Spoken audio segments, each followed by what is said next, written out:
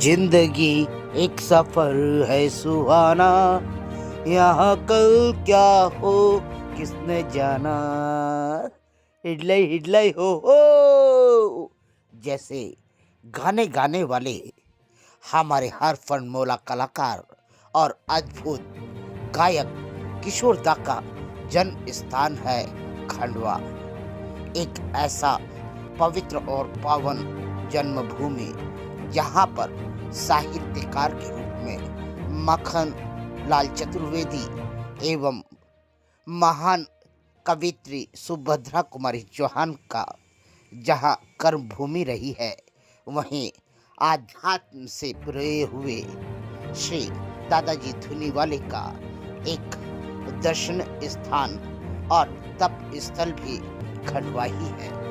खंडवा की इस जन्मभूमि पर जहाँ अनेकानेक साहित्य और क्रांति की नई उमंगों ने जन्म लिया है, तो वहीं इस पावन धरा पर खर और दूषण की नगरी का भी राज माना जाता है कि अच्छे अच्छे कार्य भी और प्रतिभाएं भी यहाँ पर तब दब जाती हैं जब यहाँ पर खर और दूषण के विचार हावी हो जाते हैं। वर्तमान में खंडवा की इस पवित्र भूमि पर जहाँ किशोर दा ने मरने के बाद में इच्छा रखी थी कि मैं अपनी जन्मभूमि पर ही अपनी समाधि बनवाऊं और मैं अपने लोगों के बीच में ही रहूं, मगर वही लोग वर्तमान में जहां करोड़ों प्रेमी पूरे विश्व में किशोर दा के फैले हुए हैं, वहीं खंडवा के अपने लोग ही किशोर दा को प्यासा कर रहे हैं।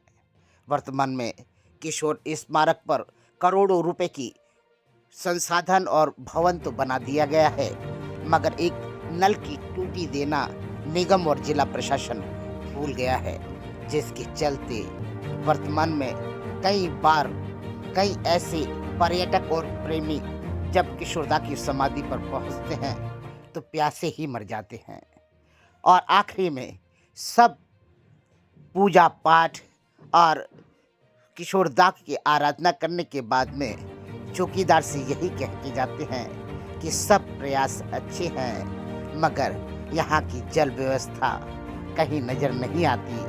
क्या निगम ने एक टूटी भी लगाना बेहतर नहीं समझा?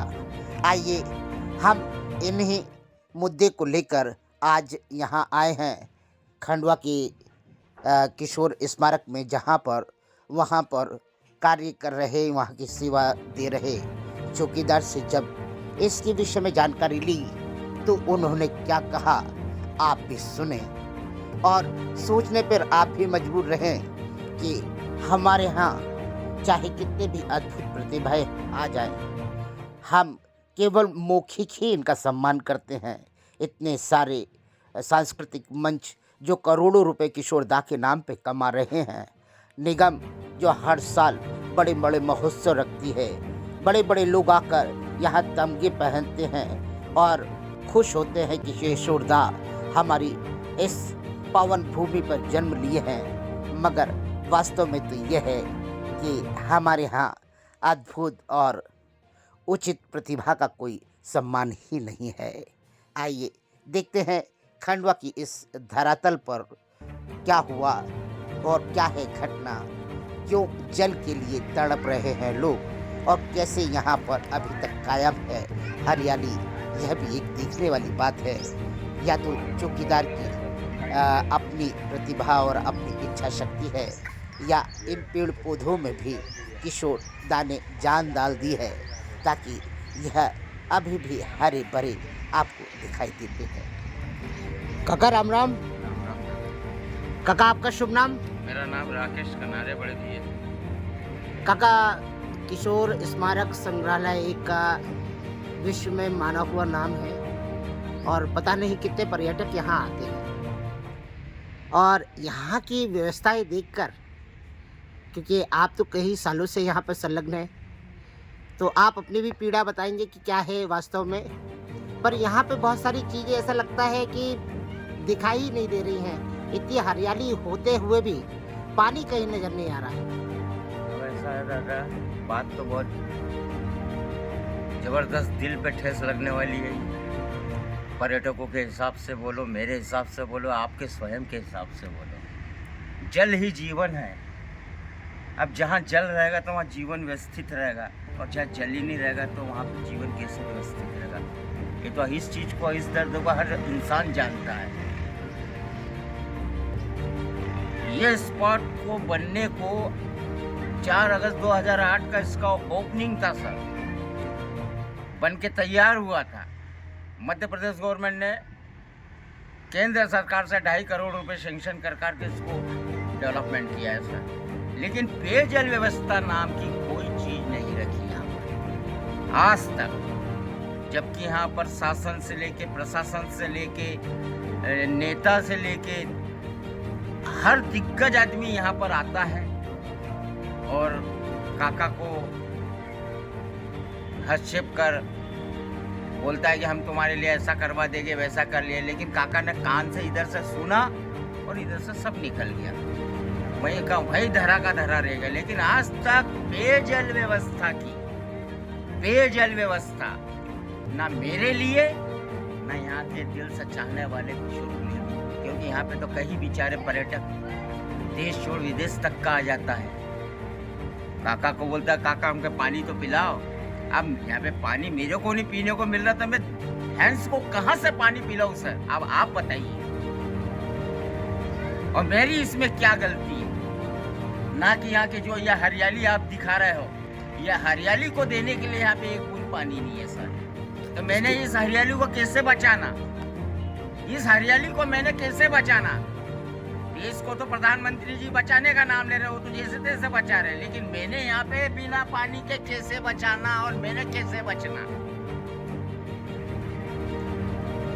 All the best, your uncle Rakesh Kanare, caretaker किशोरदा इज द बेस्ट। कल तो इस गार्डन को बनने को हो गए और मेरे को कंटिन्यू यहाँ पर सेवा देने को 11वां साल रनिंग चल रहा है सर। लेकिन 11 साल में ऐसे किशोर कुमार के प्रेमी लोग आए हैं कि रात का 11 बोलो, 12 बोलो, 1:30 बोलो, 2 बजे तक बोलो, किशोर प्रेमियों ने मेरे को मेरा फ़ोन नंबर यहाँ पे निगम ने मेरा लिख के रखा है। रात के 2-2, 2:30 बजे तक मैंने फैंस लोगों का यहाँ पे ताला खोल के दर्शन करवाया है। लेकिन उन फैंस लोगों द्वारा हमें मेरे से पानी मांगा गया, लेकिन मैं उन्हें बेचारों को, फैंस लोगों को एक बूंद पानी नहीं दे पाया। और क्या बोल सकता हूँ सर?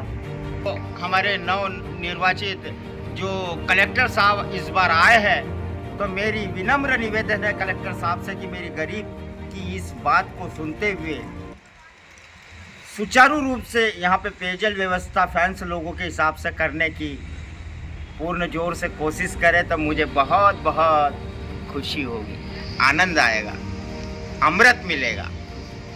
और देश के आने वाले पर्यटकों को, आने वाले फैंस लोगों को खुशी और वो मोहब्बत, वो मिठास, वो रस, वो पानी में घुल मिल जाए, वैसा यहाँ पे हमें अमृत जल चाहिए सर।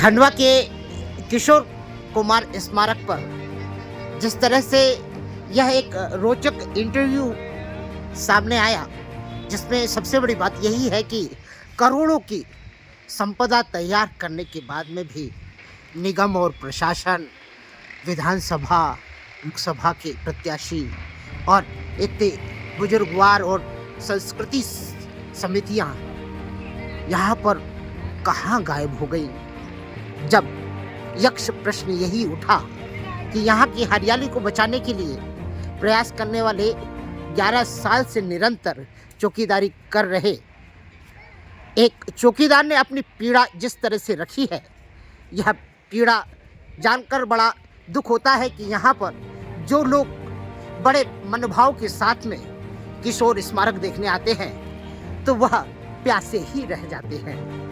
बच्चों से लेकर माता पिता और विदेशी पर्यटक जब रात्रि में गलती से इस स्मारक की ओर कूच कर जाते हैं, तो उन्हें सबसे बड़ा दुख यही होता है कि किशोरदा तो नहीं मिलते, उनकी यादें दिखाई देती हैं, पर आसपास में जो हरियाली है या तो लगता है किशोरदा की चाहत में ही यह अभी खिली हुई है, नहीं तो यहाँ पर पानी से लेकर हर व्यवस्था 2M दर्जे की नज़र आती है। आइए देखते हैं किशोरदा की इस स्मारक की स्थिति, जिसके ढोल ढमाके बहुत पीटे जाते हैं और वास्तव में स्थिति बड़ी दयनीय है। इसका मतलब कि हमारे यहाँ कार्यों की औपचारिकता दस्तावेजों पर ही होती है।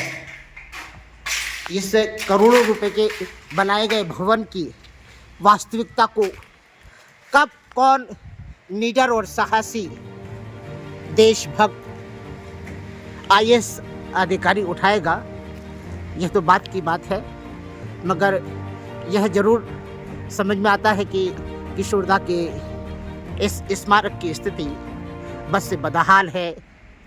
जहां सुबह की लाइट जो जलती हुई दिख रही है, जिसे संभवतः रात में जलना चाहिए, और इन हरियालियों के बीच में पानी का अभाव देखकर लगता है अभी भी जिला प्रशासन से लेकर नगर निगम के पास में बहुत सारे काम हैं जो उन्हें अभी करना है।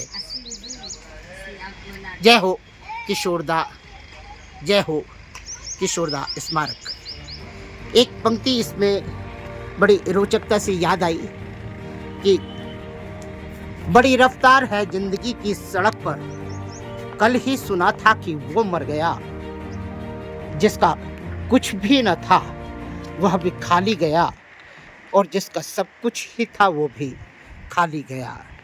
एक फनकार है जो कि जिंदा रहे, और एक कलाकार है जो किशोरदा अमर हो गया। किशोरदा की इस समाधि पर यही एक शब्द है कि चलते चलते मेरे गीत याद रखना, कभी अलविदा ना कहना। और अलविदा नहीं करने वाले जो पर्यटक यहाँ आते हैं किशोरदा, सच में वह तो प्यासे ही मर जाते हैं। भाई राम राम, कहाँ से आए हैं आप लोग? आज यहाँ स्मारक में आए तो कैसा लगा स्मारक में, और क्या समस्या दिखी आपको? तो क्या मतलब घूमने का स्थान तो बहुत बढ़िया है। हाँ। लेकिन जैसे पानी वगैरह, गर्मी पड़ रही है तो पानी की व्यवस्था, यानी थोड़े से शेड होना चाहिए था, पानी की व्यवस्था होना चाहिए थी। ये छोटे छोटे बच्चे आए हैं बड़े प्यार से, अच्छा लगा आपको?